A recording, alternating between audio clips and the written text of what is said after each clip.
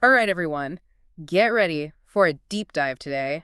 We're tackling Cushing's syndrome treatment. Oh, yeah. I've been looking over this medical research you sent, and to be honest with you, I'm a little freaked out by what happens when these cortisol levels go off the charts. It can be pretty wild. But I'm also super curious, how do doctors even begin to get things back on track when, your body's stress hormones are basically calling all the shots? Well, in a way, it's kind of like trying to wrangle a runaway train. Okay. And the thing is, you can't just slam on the brakes. Right. It's not simply about lowering cortisol, although, obviously that's a big piece of the puzzle. Yeah. Ideally, we want to take a four-pronged approach. 4 prongs. All right, hit me with it. I'm ready to get strategic here. Okay, so first off, you absolutely have to address those often really debilitating symptoms. I mean, we're talking fatigue, weight gain, that classic moon face look. Right. These are all signs that cortisol is, basically running amok, and they can really impact a person's quality of life. So step 1, make people feel like themselves again. Makes sense. What's next on our cortisol busting agenda? So number 2 is we have to tackle that root cause. Okay. And Cushing's can stem from a tumor. We're talking different locations here, not just one spot, or it can be triggered by certain steroid medications. Okay. So the treatment, it really depends on what's causing it. Okay. It could be surgery to remove a tumor, or it could be carefully weaning patients off those, problematic meds. So it sounds like there's a bit of detective work involved, right? Absolutely. You've got to find out where this cortisol chaos is coming from before you can even start to fix it. You got it. Okay. And that brings us to our third goal, avoiding lifelong medication dependence. Ideally, we want to treat that underlying problem so people don't have to be, stuck on meds forever. Now, obviously, that's not always possible, but, it's a key objective. I can definitely see why. I mean, who wants to be chained to a pill bottle for the rest of their life? All right, so we've covered the symptoms, we've covered the source, and the whole medication situation. What's that fourth and final frontier in this Cushing's treatment landscape? Okay, so number 4 is preventing long-term hormone deficiencies. Okay. Because, see, Cushing's, it just throws your entire endocrine system out of whack. Okay. And if we don't keep an eye on those hormone imbalances, they can have some pretty nasty consequences down the line. We're talking increased risk of osteoporosis, problems with fertility, even heart issues. Wow. Okay. Now that's a consequence I understand. And suddenly, goal number 4 sounds a whole lot more crucial. We're not just talking about feeling a bit off here. We're talking about potentially preventing some life-altering conditions. You got it. Okay. So that's why hitting all 4 of these goals, that's the ideal situation. Yeah. But as you can imagine, it's not always a smooth ride. Sometimes we have to make compromises. It really depends on what type of Cushing's we're dealing with. Okay, so let's dive into the specifics. You mentioned Cushing's can be set off by medication. Our research calls this exogenous Cushing's. Am I right in thinking that just means it's coming from something outside the body? Exactly. You're right on the money.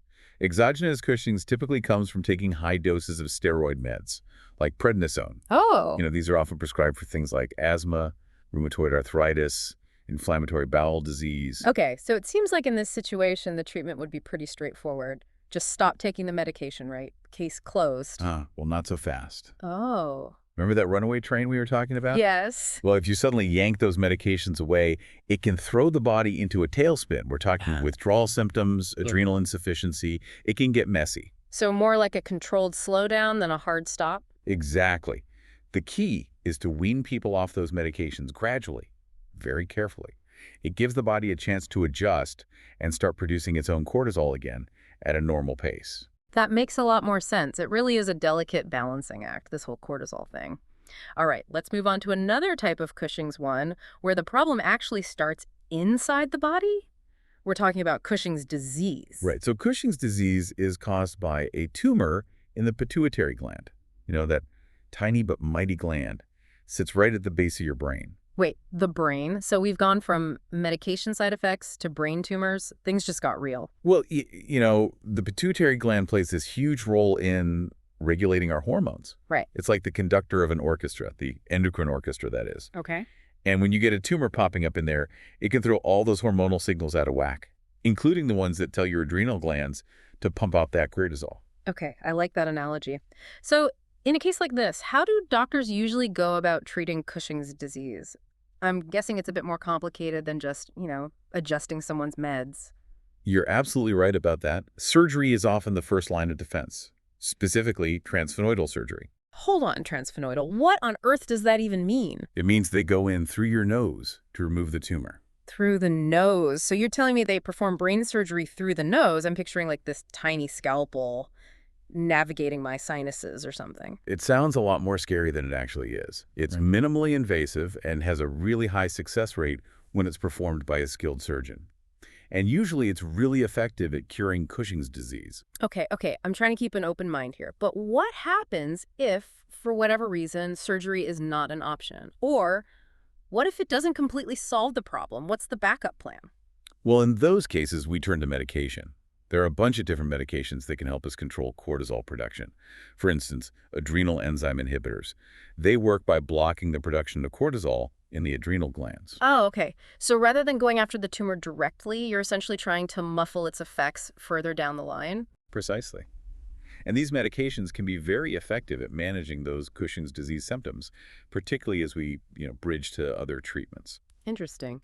Now, our research also mentioned something called pituitary irradiation. Is that exactly what it sounds like, using radiation on the pituitary gland? Yeah, that's exactly it. Radiation can shrink the tumor, but, it's a slower process. Sometimes it can take months or even years to really work its magic.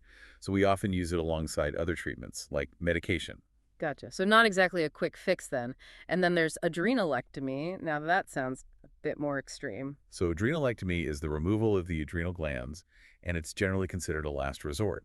Yeah, I can see why. If you take out the glands that produce cortisol, doesn't that mean you're basically guaranteeing the person's going to need hormone replacement therapy for life? Yeah, pretty much. It's a big decision with big consequences, but in cases where Cushing's is severe or other treatments haven't worked, it can be a lifesaver. Wow, okay. We've gone from adjusting medication to potentially removing entire glands. It's clear that treating Cushing's is a long and winding road, but we've only just scratched the surface, right? There are even more types of Cushing's, each with its own unique challenges. Oh, absolutely. We've only really talked about those cases where the source of the problem is pretty clear-cut. Either it's external medication or it's the pituitary gland. But sometimes the culprit's a lot harder to track down. Ooh, a medical mystery. This is where I really start to get interested. Tell me more. Well, next up, we're going to dive into ectopic ACTH syndrome. That's where the tumor's playing hide and seek somewhere else in the body. Get ready for some serious detective work. All right, so we're on the case. We're trying to track down the sneaky tumor that's causing what you called ectopic ACTH syndrome. But before we get into treatments, can you just break down what's actually happening inside the body with this one? Well, it all boils down to that cortisol cascade we were talking about. Remember ACTH? It's that hormone that signals to your adrenal glands, telling them to produce cortisol. But in this case, the ACTH isn't coming from the pituitary gland like it's supposed to. Right, it's ectopic, out of place. But so where is it coming from, and how do you even go about finding it? That's the big question, isn't it? We're essentially searching for this tumor that's gone rogue, set up its own little ACTH factory somewhere it doesn't belong. Could be the lungs, the pancreas, the thymus gland. There are a lot of possibilities. Sounds like you need some pretty high-tech tools to pinpoint this rogue operation. Our research mentions something called an 111 in-pentatriotide scan. I'm guessing that's not your average blood test? No, not quite. It's a special kind of nuclear medicine scan. What they do is inject you with a radioactive tracer that attaches to these ACTH-producing cells. And then using a special camera, they can actually see where that tumor's hiding. Whoa, that's some serious medical detective work. It's like you're watching a sci-fi movie, seeing these glowing cells on a screen or something. But once you've actually located the source, are the treatment options similar to what we talked about with Cushing's disease? Yeah, there are definitely some similarities. If the tumor is in a place where we can get to it and it's safe to operate, then surgical removal, that's always the best way to go. Get rid of the source, problem solved. Makes sense. But is it always that simple? Are there times when removing the tumor just isn't possible or it's not a good idea? Absolutely. Sometimes the tumor might be in a really tricky spot, making surgery too risky, or maybe it's, intertwined with vital organs. In those cases, we have to consider other options. Okay, so if surgery's off the table, what happens then? Back to those medications that can control how much cortisol is being produced. Exactly. We have a few different medications we can use. Ketoconazole, metirapone, mitotane, they can all help to lower those cortisol levels. But they also have side effects, so it's a bit of a balancing act. So it's all about managing the symptoms and keeping those cortisol levels in a healthy range while you continue to search for that tumor or look into other treatment options. This is pretty intense stuff. I'm starting to feel a little stressed out just thinking about it all. I can imagine. It's a lot to take in, and we're not even finished yet. We have one more type of Cushing's we need to talk about, one that throws a whole new wrench into things. Okay, lay it on me. What's this new twist in our cortisol saga? Well, this time it's not about medications or a tumor in the pituitary gland. This time, the problem is with the adrenal glands themselves. The adrenal glands, those little hormone powerhouses that sit on top of the kidneys. You mean they can go rogue too? Oh, yeah, they can definitely go rogue. Sometimes they just decide to overproduce cortisol, without any input from the pituitary gland. Like they've gone off script and are doing their own thing. Okay, that visual is both kind of funny and kind of terrifying at the same time. Yeah. So what are we dealing with here? Another type of tumor. Well, there are two main things that can happen when it comes to the adrenal glands. First, we have adrenal tumors. These can be benign, not cancerous, or malignant, which means they are cancerous. So even if it's benign, it can still cause problems just by producing too many hormones. Exactly. It's like having a worker who's really enthusiastic, maybe a little too enthusiastic. They have good intentions, but they end up causing chaos. I love that analogy. So whether the tumor is benign or malignant, is the treatment approach the same? Yeah, in most cases it is. Surgery to remove that affected adrenal gland is usually the most effective way to fix the problem. Okay, and I bet it's true that the earlier you catch these adrenal tumors, the better, right? Before they have a chance to really cause a lot of damage. Absolutely. Early detection is key, both for having a better outcome and for a smoother recovery. You mentioned that there are two main things that can happen when the adrenal glands decide to go rogue. What's that other one? The other one is called ACTH-independent bilateral adrenal hyperplasia. Wow, that's a mouthful. Can you break that down for our listeners who, might not have a medical degree? Sure. So bilateral means both adrenal glands are involved. Hyperplasia means they're enlarged. And ACTH independent means they're churning out cortisol without any instructions from the pituitary gland. So both adrenal glands are working overtime, but they're doing it without any orders from the boss. Exactly. And in this situation, the solution is often surgery to remove both adrenal glands. Wow, okay. So we've talked about pituitary tumors, ectopic tumors, and now adrenal tumors and hyperplasia. It's amazing how many different ways Cushing's can show up. It really is a reminder that it's not a one-size-fits-all kind of condition. You're absolutely right. Yeah. And it shows just how important that thorough diagnostic process is, to figure out the root cause. It's not enough to just treat the symptoms we have to understand what's causing those symptoms in the first place. That makes a lot of sense. You wouldn't want to just put a Band-Aid on a problem without getting to the source. So we've talked about diagnosing and treating Cushing's, but what about life after treatment? It's not like you just flip a switch and everything goes back to normal, is it? No, it's not instant. It takes time for the body to recover, to get back into balance after being in a state of constant cortisol overload. Some symptoms, like high blood pressure or muscle weakness, those start to get better pretty quickly. But other things, like osteoporosis, take longer to recover. So it's a gradual process, and some things might never fully recover. All right. And it's also important to remember that recovery isn't just about the physical stuff. There's an emotional and psychological part, too. Living with Cushing's, with all the ups and downs, both physically and emotionally, it can really take a toll on someone's mental well-being. That's a really important point. We've been focusing on how it all works, the physical mechanisms, but it's easy to forget that there's a person experiencing all of this. What's it actually like for someone who's going through all this? It can be incredibly tough. Yeah. I mean, imagine dealing with never-ending fatigue, weight gain, mood swings, and brain fog, all while you're trying to navigate this really complex medical system.